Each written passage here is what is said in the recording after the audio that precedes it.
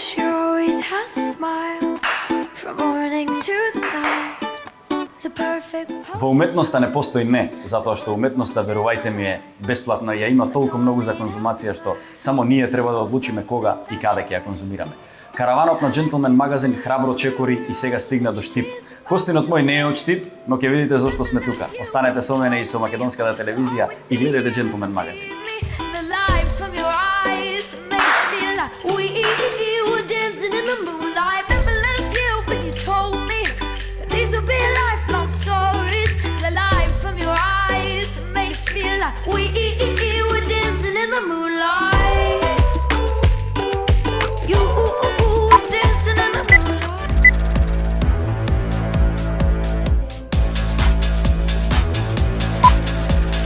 И како што ви најавив, нели и како што ви ветив, а ние тоа што го ветуваме, тоа и го остваруваме. Еве сме, караванот полекано сигурно се движи, стигнавме тука во Штип со еден многу интересен гостин кој што не е од Штип, но ќе ви откриеме малку подоцна зошто сме тука. Мојот гостин, како што знаете веќе, се вика Златко. Златко, добре ми дојде. Добре ве најдов, Шарко, ти благодарам за поканата. Чест ми е да бидам во емисијата и особено ми е чест да бидам на еден ден кој што е значаен и за тебе. Денес е твојот роден ден, би сакал да ти го честитам роденденот. Ти благодарам. Да ти посакам се најдобро. Фала ти многу да се враќаат убавени секаде. Емисијата ќе оди малце после роденденот. О, ти благодарам многу. Еве и ме изненадија за роденденот. Браво, баш убаво изненадување. Не успеавме да се организираме околу свеќата, ама нема да ни земеш. Ќе ја дувнеме, да. Сега ќе стигнат и пијачките, претпоставувам и кафето, како и да е тука некаде. Сакам за старт да те прашам како си. Одлично. Кратко и јасно, како од пушка, ова го најавувам како од пушка, за после малку да дадеме тизер, повели. Малку топло, искрено. Да. Времево Фала ти. е сончево и топло, меѓутоа одлично. Кој сме, 29 јули, ќе прашав кој сме, заборавив дека ми е роден ден, најави пред малку. Да, тоа е тоа, но работата не може да застане затоа што гледачите мораме цело време да ги дозираме со нова доза џентлменство, затоа што како што секогаш кажувам е вид на изумирање кој што ние мораме цело време да го држиме на апарати па еден ден и да трча покрај нас. Ти си човек кој што е генерално млад и е многу успешен во својата професија. Со гордост ќе кажам дека се почесто во Македонија има такви луѓе кои што останале тука, кои што нели не заминале негде. Еве, едни од тие сме ние, гордо ќе се пофалам. Ти си човек кој што е генерален менаџер, ако нешто сгрешам слободно поправиме, на една голема компанија кај нас, каде што ти некако претходно си почнал како IT технолог или не знам како, затоа некако ја свака нафрлам работи, па ти повели почни својата историја некако хронолошки. Реално по струка сум софтвер инженер, со тоа што од секогаш сум стремел да работам и да остварувам нешто. Уште за време на моите факултетски студии работев во на што можев да работам, тогаш по завршувањето на студиите се запослив на еден од универзитетите во Македонија, каде што се задржав некаде 7 години. Започнав на почетокот како помлад асистент, потоа напредував во кариерата. За да после 7 години, ајде да кажам, кариера во академската сфера, преидов во индустријата на алкохолни пијалоци, каде што сум веќе 8,5 години пловам во таа индустрија и реално од скоро време сум генерален директор на едно од најголемите увозници на алкохолни пијалоци во Македонија. Ми беше голем предизвик да влезам во компанијата, ми беше голем предизвик затоа што има многу работи кои што во овој период ќе се развиваат и ќе се менуваат во компанијата. И ето, тоа е накратко. Убаво, интересно. И јас тука кратко, но сладко ќе кажам, едно од моите омилени пијачки е Антик Пеленковацот. И навистина секогаш уживам да го конзумирам и ќе те почестам малку покасно за роденденот. Малку кратко само да лизнеме колку да се одбележи тоа, нели, славењето на роденденот. Кажи ми, колку сметаш дека менаџерите во Македонија ги поседуваат оние добри школски способности што треба да ги поседуваат? Па види, верувам дека се повеќе и повеќе започнува тренд на едукација. Значи, сум работел во едукација, знам што значи она, нели, нормално степените на едукација кои што се во државата, меѓутоа и покрај завршувањето на високото образование, магистерските студии, сепак недостасува кај луѓето стручно усовршување. Тоа стручно усовршување се повеќе и повеќе ми е драго што гледам дека луѓето се спремни да превземат иницијатива, да се обратат, да побараат, да речеме, едукацијски куќи кои што прават стручно усовршување и насочување, така што можам да кажам да, во последните години се повеќе и повеќе се формира таа, нели, зрела средина на бизнис едуцирани луѓе. А кажи ми, колку сметаш дека комуникативноста што има личноста, дадена од Бога да кажеме или како талент, е клучна во развојот на тие менаџерски способности. Или се учи и тоа? Знаеш, тоа е како во спортот кога ти вика, значи талентот е 20%, останатото е труд и напор на трудна работа. Можеш да најдеш човек кој што е ултра екстровертен, кој што во текот на кариерниот развој ќе се затвори и ќе постане мислител, ќе почне премногу да ги анализира работите, доколку кај него се појави страст од неуспех. Можеш да најдеш човек кој што е затворен, кој што на почетокот ќе биде тотално интровертен, кој што со текот на времето ќе преиде во една фаза каде што нема да можеш да го застанеш од зборување. Така да во кариерата се гради. Значи јас не сум ова што сум сега, не сум бил исти таков пред 10 години. Значи полека сите нели се менуваме со текот на времето, нешто се додава, некои позитивни карактеристики, некогаш и некои негативни карактеристики влечеме. Така да се е тоа едно животно искуство кое што понатаму е одраз на личноста.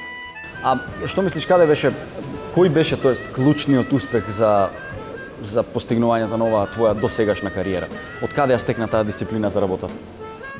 Ако зборуваме како дисциплина за работата, морам да истакнам дека многу добра школа беше факултетот за тоа. Знаеш како на факултет имаш менаџер, меѓутоа тој менаџер е повеќе во однос на академската работа која што треба да се заврши. Меѓутоа директно менаџер кој што ќе те следи во дневните активности, кој што ќе те усмерува да речеме на каде треба да се движиш, што треба да завршиш, немаш. Тука си оставен на некој начин сам. Точно знаеш која е програмата која што треба да ја поминеш.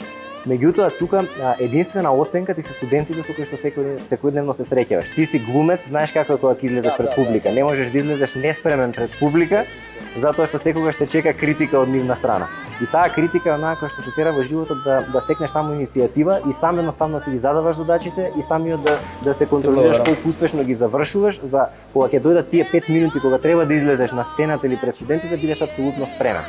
Тоа го применувам и денеска во работата. Значи самиот си ја креирам листата на активности која што треба да ја завршам и ми ствара еден немир доколку не се движам по онаа листа која што сам сум ја задал. Додека не ги завршам активностите, нема потреба некој да ме бутка или да ме потсетува, јас сум самиот тој кој што си е критичар сам на себе во однос на успешност. Дали сметаш дека можеби таа особина е една од трите клучни што би требало да ги поседува секој менаџер, а ти ќе ми кажеш кои се другите две? Види, тоа е навика, само иницијативност и навика за работа, да, сметам дека е нешто што е многу важно. Нешто што еден менаџер треба да има, треба да знае активно да слуша. Значи активното слушање треба да му помогне во правилното расудување и тие две работи се поврзани меѓу себе. За еден менаџер да може да носи прави одлуки посреди кои што треба да застане, што е исто така важна одлика на еден менаџер да знае да застане позади одлуките своји. Значи тие се некои работи кои што би ги издвоил како три клучни за да имате успех во работата. Слушате, правилно расудувате, многу е важно да го вклучите тимот во целиот тој процес, затоа што не сте сами на работата, значи инволвирањето на тимот овозможува градење на тим кој што ќе ви помогне во развојот на бизнисот и лично на вас во развојот на вашата кариера, затоа што сам ништо не се постигнува. Така да можеби малку излегов пошироко од три, меѓутоа тоа е нешто што би го издвоил како клучно за еден менаџер да може да биде успешен. А каде тука некаде го сврштуваш ризикот? Кажи ми, првото тоа е прашањето, а подпрашање на прашањето е колку сметаш дека ризикот е клучен, или како викаат, без ризик нема награда или нема профит? Знаеш како, јас сметам дека не постои една активност која што ја правиме во животот да не се изложуваме на некаков ризик. Денеска јас и ти сме во Штип, самото патување од Скопје до Штип е непредвидливо, не знаеш што ќе ти се случи. На некој начин ризик. Така да ние сме секојдневно изложени на ризик, истото тоа се случува и во секојдневниот бизнис. Значи секоја бизнис одлука да се донесе нов производ, одлука да се позиционира ценовно тој производ, одлука каде да се продава тој производ. Сето тоа е на некој начин ризик, односно одлука која што носи одреден ризик. Многу е важно да се влегува во ризици, затоа што без ризик нормално нема успех. Меѓутоа многу е важно колку повеќе можеме аналитички да се подготвиме пред да донесеме одлука за да го минимизираме ризикот. Значи при носење на одлука да едноставно на некој начин го естимираме исходот од одлуката која носиме, за што помал ризик да поднесеме. Инаку ризикот е постојано присутен и е нешто што не можеме да избегаме. А кога станува збор нели за во ред се сите овие работи што ми ги кажано, секак првичната идеја, секогаш викам дека се раѓа од идеја, па се развиваат сите други работи понатаму. Таа идеја најчесто доаѓа можеби од кога сме деца, од некакви ментори, од некакви мисли што ќе ги прочитаме некаде. Кога станува збор за тоа, си имал ли ти некаков двигател, човек конкретен, мислење која што те водела и се уште можеби те води во животот? Знаеш како, во текот на животот се среќаваме со различни карактери, различни луѓе. Она што јас сум го правил секогаш сум пробал да ги анализирам луѓето, да ги анализирам луѓето во моето окружување, во моментот, во ситуацијата во која што се наоѓам и нормално она што ми се допаѓа да го извлечам како карактерна особина и да пробам на свој начин да го направам истото, затоа што едноставно сум проценил дека ми се допаѓа и дека тоа е нешто, ајде, можеби џентлменски. Да. Така да не би можел да издвојам дека постои некого кој што слепо сум го следел и покрај тоа што морам да споменам, да речеме дека не знам, во мојата бизнис кариера како еден ментор можам слободно го споменам господинот Светозар Јаневски со кого во последните 8 години имав активна соработка на моето претходно работно место и од кое што многу научи во делот на упорноста во бизнисот, посветеноста во бизнисот со цел да се стигне нели до оној успех кој што го посакувам. Во еден дел од својата кариера сте беше дел од академскиот кадар на кој универзитет ќе ми кажеш точно? Универзитет American College во Скопје. Одлично. И кажи ми како е тоа? Јас секогаш викам дека професорската работа е, нели, просветната работа е најџентлменска затоа што сепак на другите им даваш знаења. Тоа е едно од најблагородните работи. Како ти беше тогаш? Планираш можеби да се вратиш пак таму или? Не сметам дека тоа поглавје е затворено во мојот живот. Значи еден ден да би сакал да продолжам да го предавам своето знаење на не мора да се тоа студенти, независно. Сметам дека и во моментов тоа го правам. На некој начин се обидувам да го предадам моето искуство и моето знаење на колегите околу мене. Инаку ќе се сложам со тебе дека е многу благородна професија и дека е многу интересна затоа што за разлика да речеме од она што го правам сега каде што веќе имаш искусни луѓе со кои што на некој начин разменуваш мисли, идеи, соработуваш, таму имаш отворена книга. Знаеш како викаат, бебе кога ќе се роди на некој начин е празна книга која што понатаму родителите ја пишуваат, го едуцираат, на некој начин влијаат на стварањето на неговиот карактер. Така и со студентите. Студентите кога ќе ти дојдат со некои 18 години со завршено средно образование, не знаат точно што понатаму во живот. Значи имаат многу дилеми со кои што се соочуваат. Нашето образование е такво да многу брзо се одлучуваат за насочено образование. Така да тука е многу важна улогата на професорот, на асистентот, на предавачот, на луѓето кои што се вклучени во целиот тој академски процес за да може правилно да ги извлечат квалитетот од секој од нив. Знаеш, не е мора да се смени таа парадигма, не е целта да го фатиш неспремен студент. Целта е да го извадиш максималното знаење од студентот и да му предадеш се она што можеш да му предадеш за утре да го направиш успешен човек. А најголемото задоволство е кога ќе заврши, да речеме, целиот тој циклус на образование, кога ќе се разделите и кога по одредено време ќе се сретнете повторно и кога ќе ти каже дека нашол работа, дека напредува во кариерата, дека е среќен со тоа што го прави и дека води еден успешен живот, значи мислам дека нема посреќно чувство од тоа. На еден начин сте веќе колеги. Па на еден начин сте колеги, меѓутоа и чувствувате дека на некој начин сте го избуткале во тој процес на персонален развој, на кариерен развој и сте му возможиле да биде тоа што е. Апсолутно, а убаво го кажа тоа дека не е целта да го сфатиш студентот или ученикот неспремен. Мислам дека најголемите травми кај нас тука се токму од тоа, знаеш, кога ќе те фатат неспремен и ќе ете, не си спремен, еве ти единица седи или петка или како и да е. Така да убаво е да се размислува така и еве мислам дека овој апел ќе стигне и до нашите професори и учители и некако така ќе пробат да го извлечат максималното од учениците и студентите со честна и случајоци, сепак ќе кажам. Дали си човек кој што се нервира, што знае лесно да пламне? Не. Сум човек кој што се нервира. Сите се нервираат, да се разбере. Меѓутоа не сум човек кој што лесно паламнува.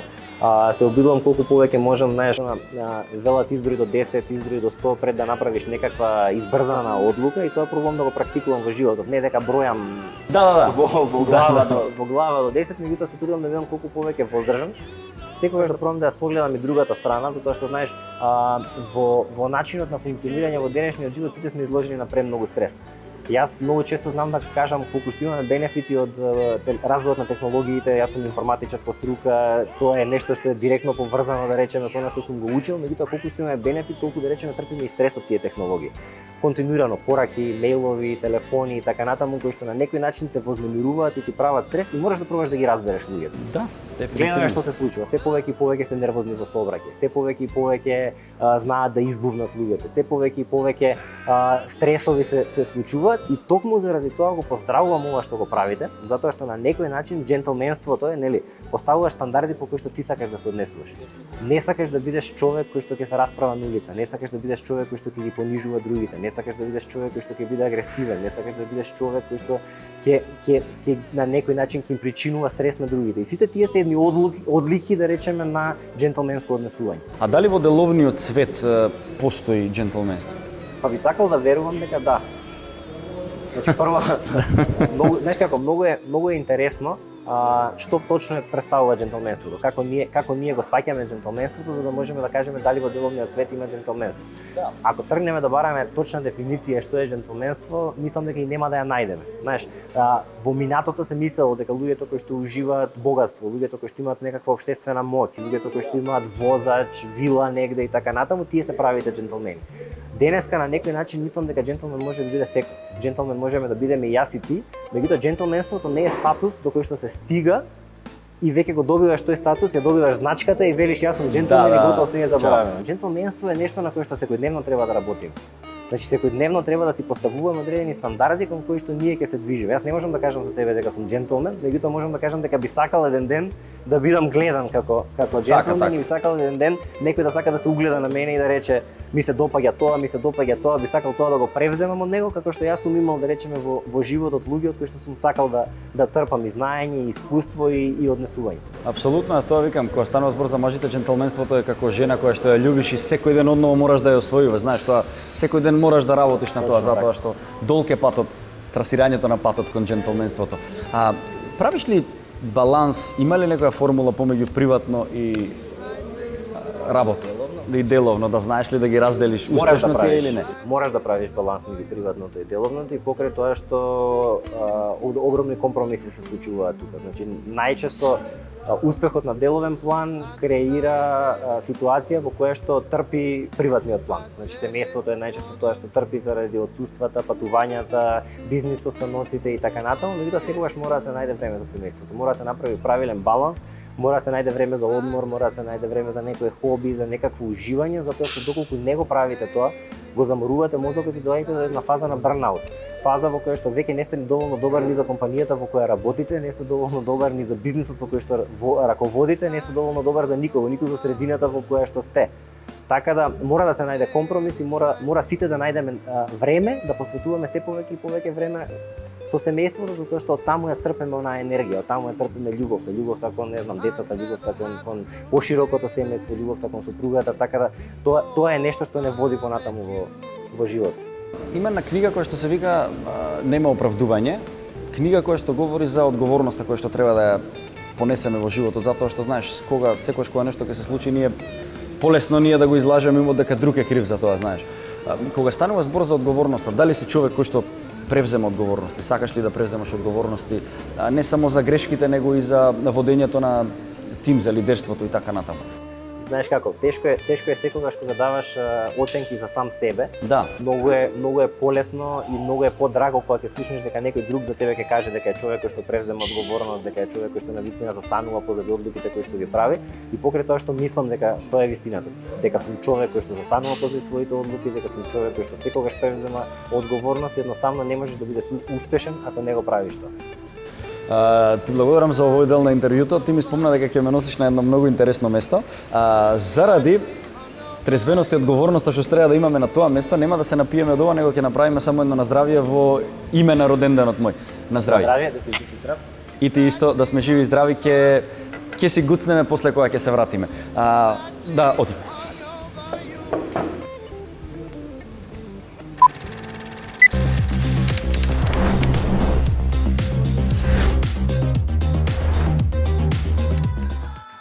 Има неколку работи без кои не можам во животот. Не можам без внуките. Не можам без гинекологијата, без плачот на бебињата. Не можам без насмевките на позитивните тестови на пациентите кои што направиле инвитро оплодување. Не можам без вежбањето, тоа ми е секојдневна активност. И не можам без фамилијата.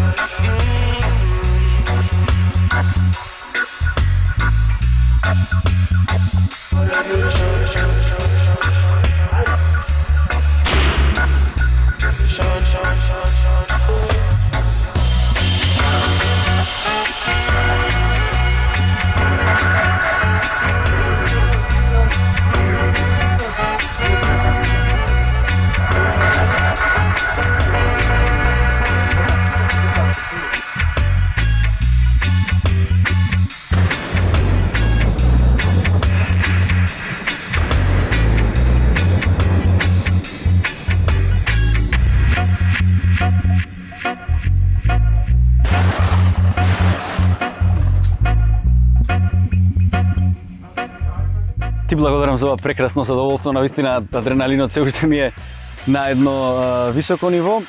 Навистина джентлменски спорт поврзува една дефиниција од 19-тиот век вика дека за да биде джентлмен се требало да поседуваш пушка и обратно.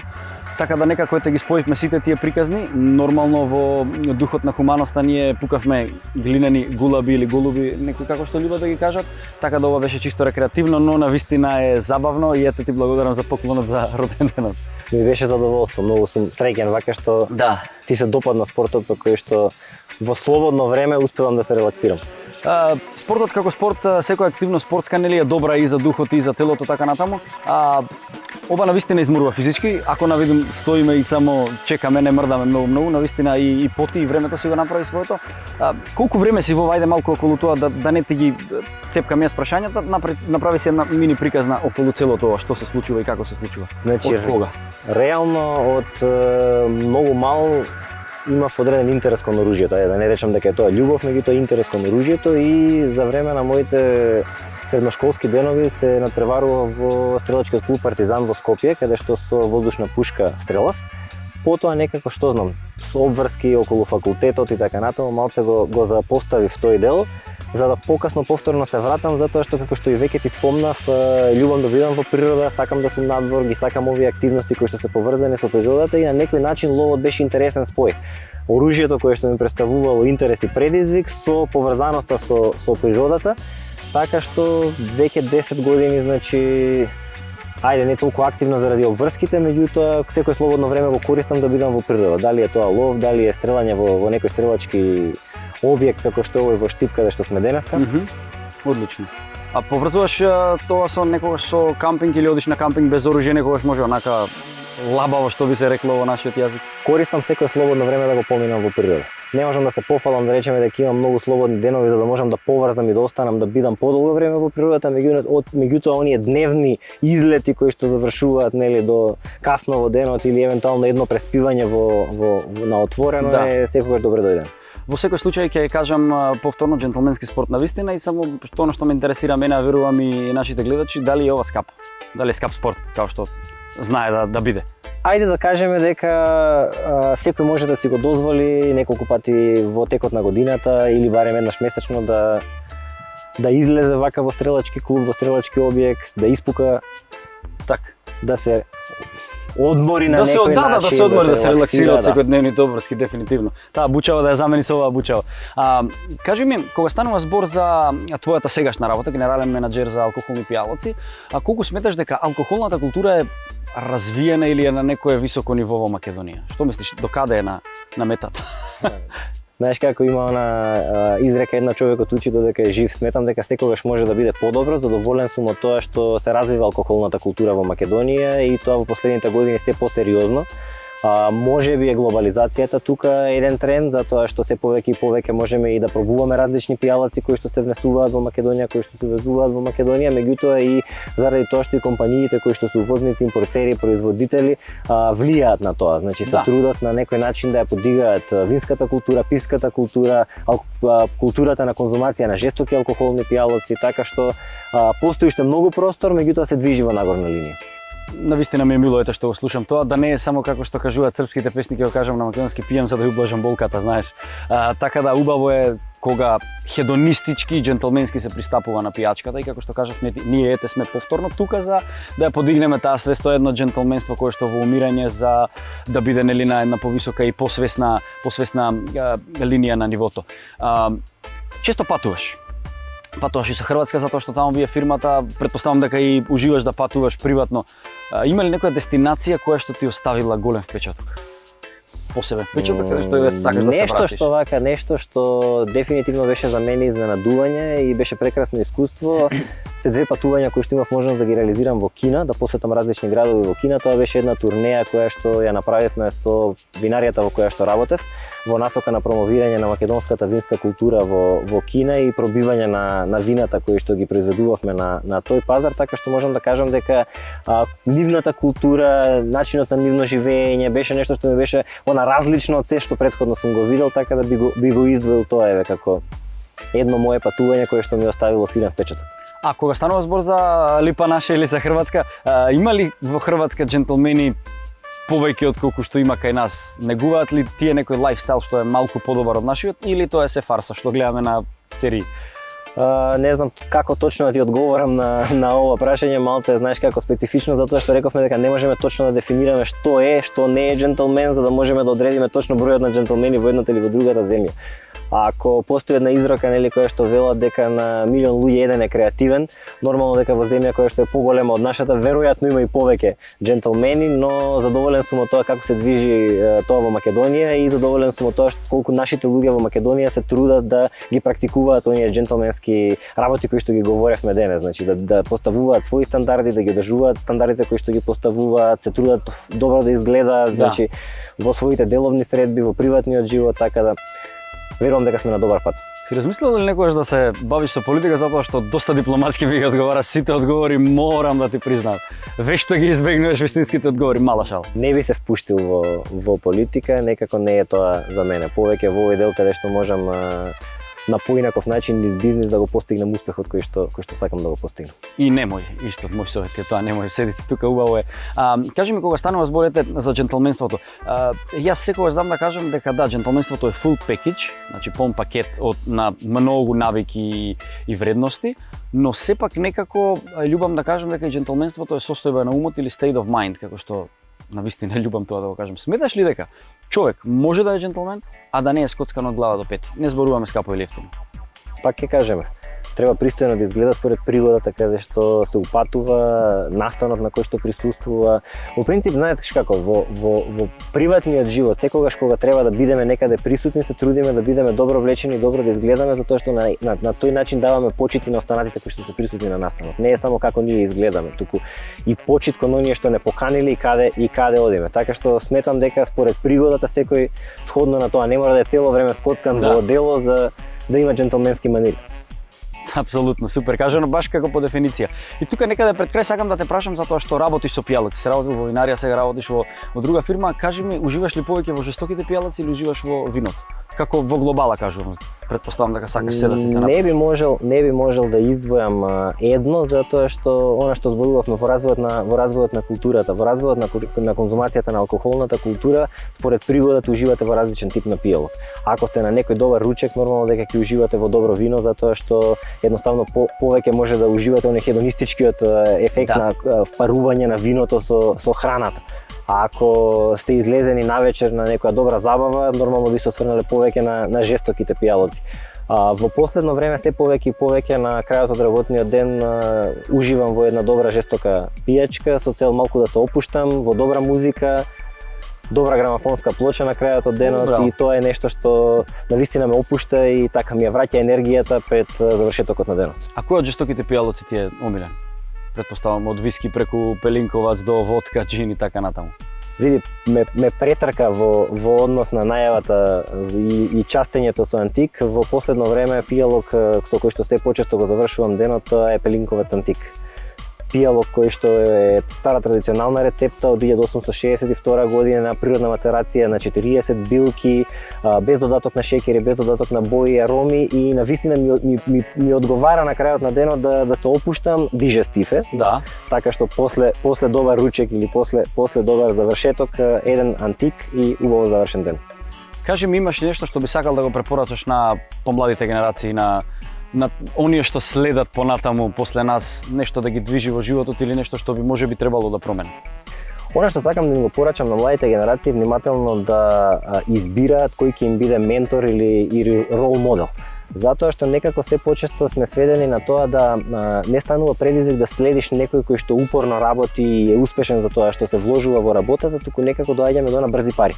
Знаеш, идејата е кој побрзо стигнал до пари и како тоа влие на неговиот имидж и како тоа го репрезентира и така да за жал спомнав, нели, работев со студенти, секоја чест на оние кои што сакаат да научат за да можат после тоа да го користат во работа, да бидат трудолюбиви и упорни, за да стигнат до некаков успех. Така што им препорачувам на младите дека единствено трудот и напорната работа се елементи кои што можат да ги доведат до успех. Заборавете на брзи нешта, фокусирајте се и верувам дека секој може да постигне успех.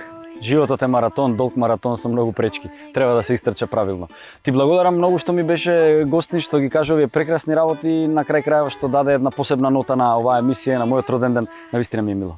И мен исто. Ти благодарам за поканата и се најубаво уште еднаш за роден денот. Фала. Through it all, and she's about to break. Remember last year when you told me to always stay here, never leave me. The light from your eyes. И најдолгиот пат започнува со првиот чекор. Преземете иницијатива и верувајте дека еден ден тоа ќе ви се исплати. И една за мене затоа што ми е роден ден. Родендените се убава работа, но верувајте премногу може да ве убијат. Останете со Gentleman магазин и македонската телевизија. Ало? Еј, фала. Фала, живи здрави.